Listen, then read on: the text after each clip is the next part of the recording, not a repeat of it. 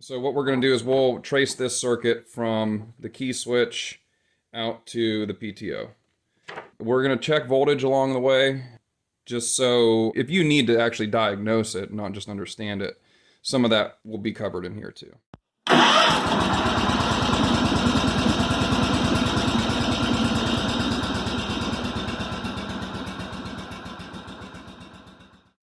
Let's take a look at the PTO circuit on this 1882. This is, as I've noted before, probably one of the more problematic circuits on these tractors, and part of the reason for that is that you have more components required to make this work. There's a latching relay here, the reverse relay. You've got a connector down here at the PTO switch. You've got a connector over here at the key switch. You've got a reverse switch up here. And then not in this frame is seat switch as well. So a lot of components that need a good solid connection to ground and to the main battery juice to get it to operate properly. So what we're going to do is we'll trace this circuit from the key switch out to the PTO. We're going to check voltage along the way, just so if you need to actually diagnose it, not just understand it, some of that will be covered in here too. So let's take a brief look at the diagram. So we have a red and white wire here, which is active and connected to the battery in the engine run position. So with your key switch in run or in the lights and run, battery voltage positive will come down the red and white wire, and we can check that first. Red and white wire is here, switch is off. Switch is on, there we go. That's lights off, lights on, drops a little bit. Now I got to be careful because this tractor has the same problem that most of them do, which is that the connection points, terminals, and connectors are all in pretty bad shape. I'm actually getting a couple volts of voltage drop between the battery and the clutch by the time it goes all the way out through this system.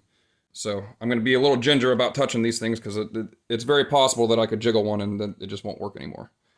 And that's primarily the reason I'm going into this much detail, because this will show you where to look for the problems too.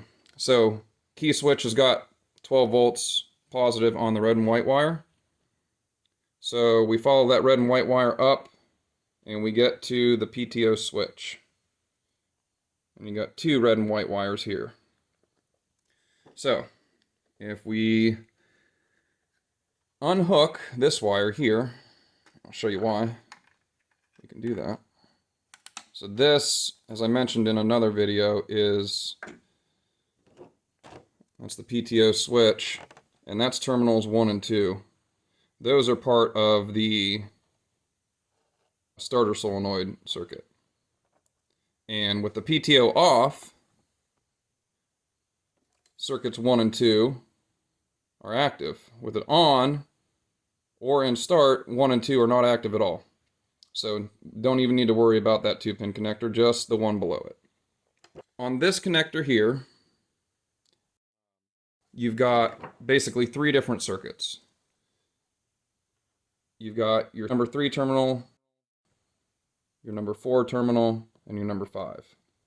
So when you engage the PTO to start, which means you push the switch all the way up, your red and white wire comes in, connects to the number 3 and number 4, and sends voltage out this way. And I'll show you where it goes after that. The first step is make sure you've got that coming into the switch on the red and white wire. So this one down here is the red and white. We got voltage coming into the PTO switch. So that's good. Now the switch is off. It is now, it wasn't then. Now that the switch is off, Oh boy, you see it moving? Yeah, gotta be careful. See the voltage moving there? Probably knock something loose.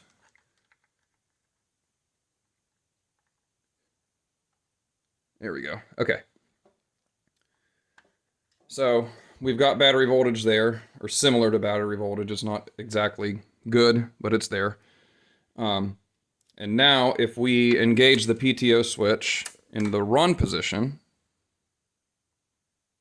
you hear some clicking. Also to note, where I'm checking ground is this wire right here. We'll get to that in a second. I'm not using the battery ground because I want to make sure that the actual ground that's active on this circuit particularly is the one we're checking against. So while we're checking positive voltage, we're also checking the ground side. So you'll see I have my lead for ground plugged into this gray wire on the reverse relay, which is what that is there. So we've got voltage here. We just energized the PTO clutch.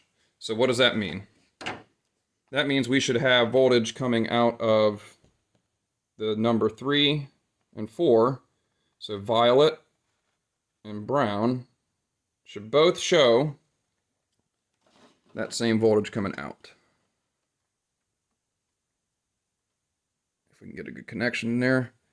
Now, you can see it's not very good, and that might be because of my connection on the meter, or that might be the connection at the PTO switch itself. We've lost some voltage there, and quite a bit too, it looks like. Maybe I lost my ground. I don't see... There's my battery voltage. Okay. So my battery voltage there is roughly 12.5 volts with the key in the on position. And now, we engage the PTO clutch and check our voltage here again. Okay. So now we've got a voltage drop because probably part of it is the clutch itself. Part of it is the bad connections that we've got on the other side of this system. So actually, if we check battery voltage itself, yeah, battery voltage itself is 12.45, so we're losing it in here. Anyway, we've got enough to turn on the clutch and enough to turn on the relay.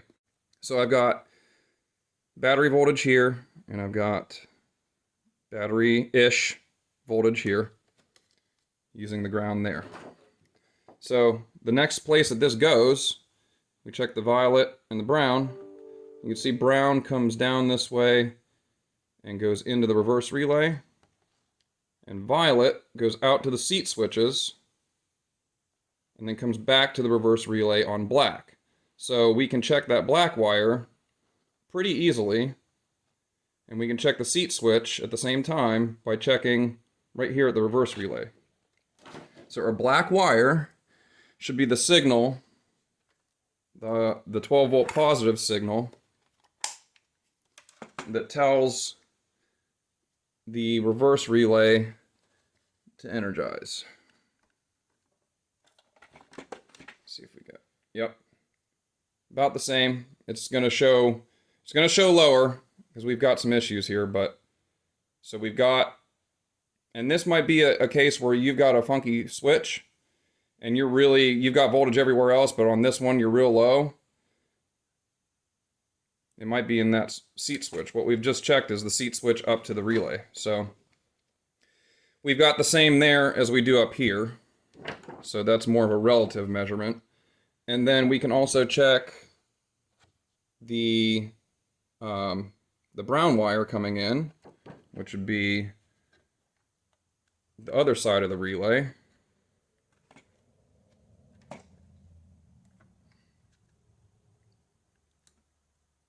And we've got it there too. So now we've checked that brown has power coming in this way. that violet, which turns into black, has power going to the coil. And we've been checking the gray wire the whole time.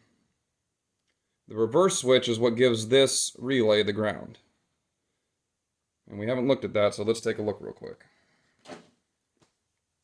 Over here is the reverse switch. The reverse switch has a supply of ground to it on this side right here, this green wire. This has all been scotch locked by a previous owner. Do not blame me for this. This is how it came. I don't use these things. They're junk. But you can see what they did. They took the green wire here and connected it to gray. So they basically bypassed that switch. So green is ground, and gray continues that ground out to the reverse relay. The way this is supposed to work is this reverse switch will keep that ground connected so that this relay can stay energized. As soon as it removes that ground, which means let's say you back up in reverse, you back up while you're mowing in reverse, this will disengage because it will no longer have a ground. That switch pole will go the other direction. You'll lose your ground to the relay, and then that coil cannot be energized, so that means this contact and this contact, so the red and white and brown, are no longer connected. And that brown goes to the rear PTO jumper and out to the clutch. So this is the main power circuit going out to the clutch. But you have to have a ground on this relay through this switch in order to keep this connection active. So let's go a little further down. And I guess what we'll do now is we'll double check our power here. Yep, still got 10-ish volts.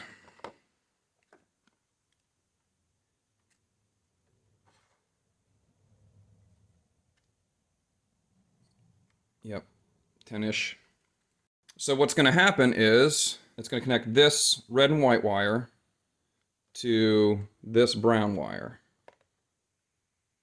And when it connects to that brown wire goes out to here.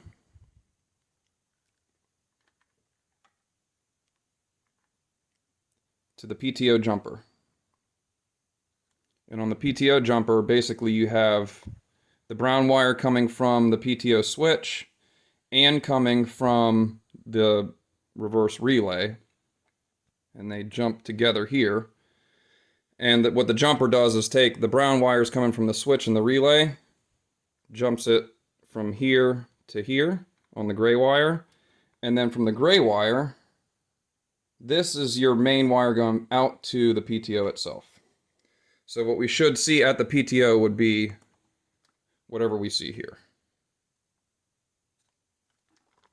Maybe. Maybe not. Where's it at?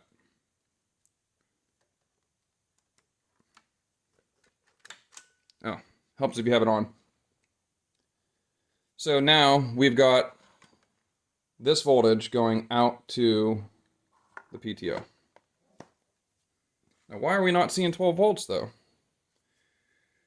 There's a lot of different places that can drop its voltage. On my tractor here, this fuse holder is getting super hot. And if I check, we could use the same ground. If I check the power over here at the solenoid, oh, well, I got straight from the battery pretty much 12.8 volts. Well, let's see over at the fuse, what do I get? It's iffy. Well, no, there's 12.9 there. What about the other side of the fuse? Yeah, still have 12.9, but it's getting pretty hot. So somewhere in this area between the switch, the main key switch, and the PTO clutch, we've got a voltage drop. One of the things I noticed is that the terminals on every single connector here are crappy. So you can see the ones for the starting circuit here. If we look at this here, these terminals back in here, and I'll get the camera out so we can actually take a look. These terminals here, and I'll show you the backside of all these connectors. And then the main one that I actually found a problem with yesterday is this one here at the reverse relay. Look at that. That thing just popped right out of the terminal.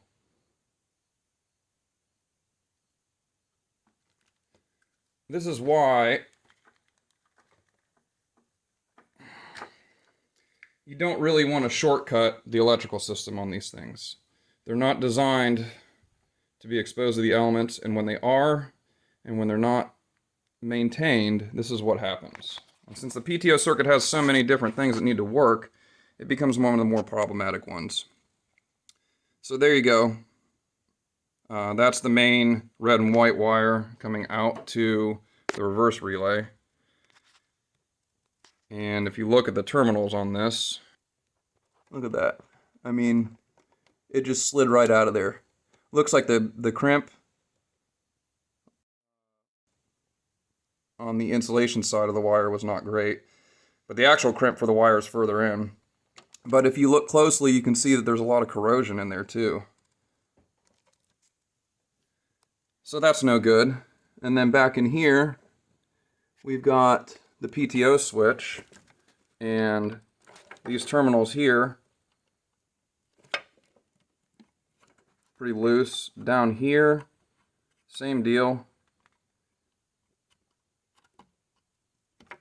And then that one over there, I think this is the most problematic one actually.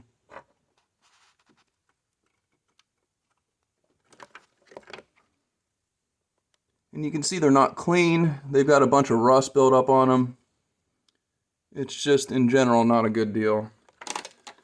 And then the back side of that connector, or the front side of that connector, those need cleaned up. They're not terrible, but they need cleaned up. That's for the starting circuit there.